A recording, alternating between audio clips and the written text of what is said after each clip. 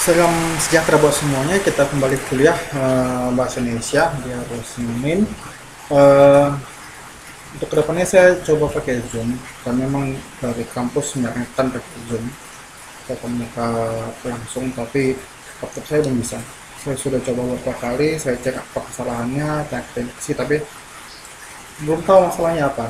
Jadi sebentar panas sedikit mati. Sudah diperbaiki kipasnya, tetap saya seperti itu. Kayaknya minta ganti baru, tapi harus sedikit sabar kalau masalah beli laptop baru. Oke, kita mulai saja. Kali ini kita berbicara tentang perbedaan karangan ilmiah atau karya ilmiah ya. Sini kita coba berbicara tentang karya ilmiah yang sering kita temui di kampus. Sering diberikan tugas ke kalian, misalnya jurnal tentang kalah seperti itu. Coba sedikit kita kulik tentang karangan ilmiah ini. Eh, di sini dikatakan tujuan karya tulis atau karangan ilmiah itu adalah untuk memecahkan suatu permasalahan dengan landasan teori dan metode-metode ilmiah. Pasti konsep ilmiah. Sekali saya ingatkan, saya ada posting di YouTube tentang metode-metode ilmiah, ada kualitatif ada kuantitatif, itu ada di YouTube saya, silakan cek sendiri. Semoga itu untuk materi kuliah metode lagi kemudian, tapi nggak apa-apa kalau kalian mau lihat. Terus di dalam karangan ilmiah itu ada yang namanya landasan teori. Ini yang membuat orang si pembaca juga membuat pembaca percaya atau membuat pembaca punya landasannya untuk lebih memahami tentang materi yang dipaparkan di sebuah karya ilmiah atau karangan ilmiah. Jadi landasan teori itu adalah seperangkat definisi atau konsep serta proposisi yang telah disusun rapi secara sistematis tentang variabel-variabel dalam sebuah penelitian. Itu landasan teori di penelitian juga disusun secara sistematis. Kita nggak boleh membuat landasan teori yang lompat sana lompat sini gitu kan. Terus tidak nyambung satu dengan yang lain gitu. Semuanya sistematis, semuanya berurutan. Jadi di landasan teori ini yang mengungkap atau membicarakan sebuah definisi dari penelitian yang kita pakai, atau landasan teori ini juga yang memberikan alasan kita kenapa kita membuat penelitian ini, dan landasan teori ini juga yang memberi jawaban metode apa yang harus kita pakai. Kenapa kita memakai metode yang kualitatif, kenapa kita memakai metode yang kualitatif.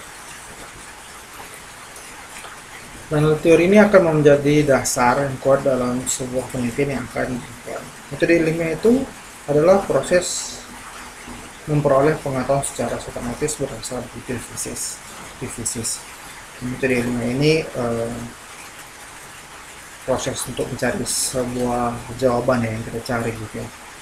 Sebuah jawaban dari latar belakang kita. Latar belakang itu kan alasan kenapa kita melakukan sebuah penelitian gitu. Kita menggunakan penelitiannya juga harus menggunakan metode ilmiah. Struktur karangan atau karya ilmiah ini tiga bagian besar gitu ya, tiga kalau saya bilang sih ya tiga garis besar dalam sebuah struktur karangan ilmiah atau karya ilmiah. Pasti ada pendahuluannya, pasti ada isinya atau badan atau isi atau pembahasannya. Yang terakhir itu pasti sebuah kesimpulannya kan biasanya menjawab dari latar belakang yang ada di dalam pendahuluan ini. Bisa banyak yang bicara tentang latar belakang kita, tujuan, alasan, terus rumusan masalah gitu. Jadi bagian kedua berisikan dasar-dasar penelitian ini yang dilakukan penelitian dilakukan, masalah yang diangkat, dan mekanisme penyelesaian masalah tersebut. Metode apa yang kita pakai juga ada di dalam bagian di pendahuluan ini. Kedua itu isi dan pembahasan. Itu bagian isi, pembahasan itu terdiri dari satu atau lebih bab. Jumlah bab pada bagian ini bergantung seberapa pelik atau seberapa apa saya bilang, seberapa pembedahan dan pembahasan dari bahan penelitian, seberapa rumit gitu, seberapa apa ya bahasa lain dari pelik ya, itu nanti kalau nanti saya bahas lagi, saya lupa klik itu bahasa apa saja.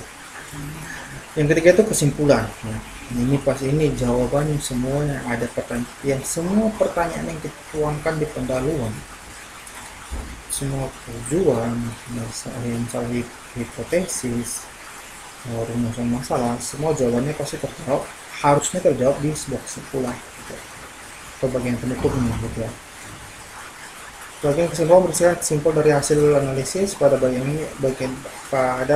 isi dan pembahasan. Kesimpulan yang disampaikan pada bagian ini berupa penjelasan singkat dan padat mengenai hasil analisis. Biasa pada bagian ini hanya terdiri dari satu bab. Jadi kebanyakan penulis-penulis pemula itu dia tidak konsisten ya. Masalah pendahuluan dan kesimpulan ini sangat urgent sekali, ini sangat penting, sangat betul, bukan urgent, sangat penting tentang pendahuluan dan kesimpulan. Dia tidak menjawab apa yang ditujunya di sebuah pendahuluan. Kesimpulan ini tidak menjawab ini, tidak menjawab tentang tujuan. Di kesimpulan ini kebanyakan ada penulis pemula. Di kesimpulan ini dia tidak menjawab tentang masalah yang ada di pendahuluan. Dia membuat ada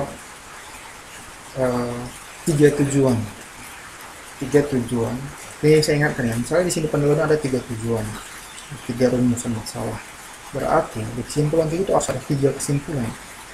Kesimpulan itu, poin-poinnya itu bersangkut paut dengan poin-poin yang ada di pendahuluan ini, tujuan atau rumusan masalah yang ada di pendahuluan ini. Jadi kalau ada 3 poin di sini, ada 3 poin rumusan masalah di sini, berarti kesimpulan juga harus ada 3 poin. Jangan 1, jangan 2. Begitu. Dan biasanya itu jangan sampai lebih dari 3 juga, gitu.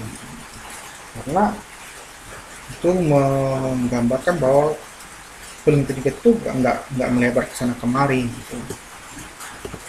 Jadi kita tuh konsisten, ada 3 hal yang kita landaskan, yang kita rumuskan dalam suatu masalah di pendahuluan kita, tapi ada 3 hal yang juga kita simpulkan di sini, bukan 1, bukan 2, bukan 5 gitu.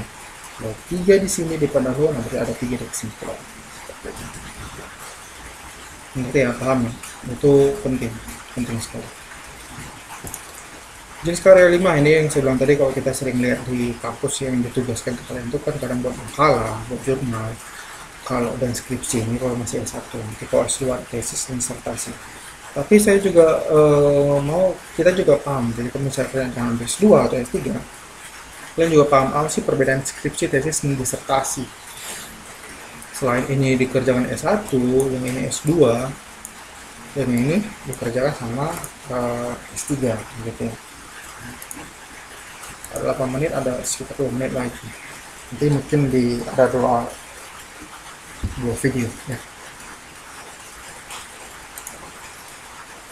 Oke, kita bisa lanjut. Makalah itu apa sih? Yang pernah kalian buat tuh makalah sebenarnya apa sih? Makalah itu membahas atau menelaah suatu kajian literatur yang sudah ada atau dari laporan pelaksanaan kegiatan lapangan. Jadi ada laporan nih, ada kajian literatur, kalian bisa buat masalah. Kemarin saya pernah buat tentang COVID ya, saya minta kalian tuh buat masalah tentang COVID. Nah itu, kalian membahas tentang kajian literatur yang pernah dibuat orang tentang COVID, kalian buat tentang dituangkan di sebuah makalah. Makalah namanya dibuat untuk dipresentasikan pada suatu seminar, sidang atau diskusi. Dan yang ketiga itu bagian pokok yang harus ada pada makalah itu adalah pendahuluan, isi, dan kesimpulan yang sama untuk semua karya ini gitu ya.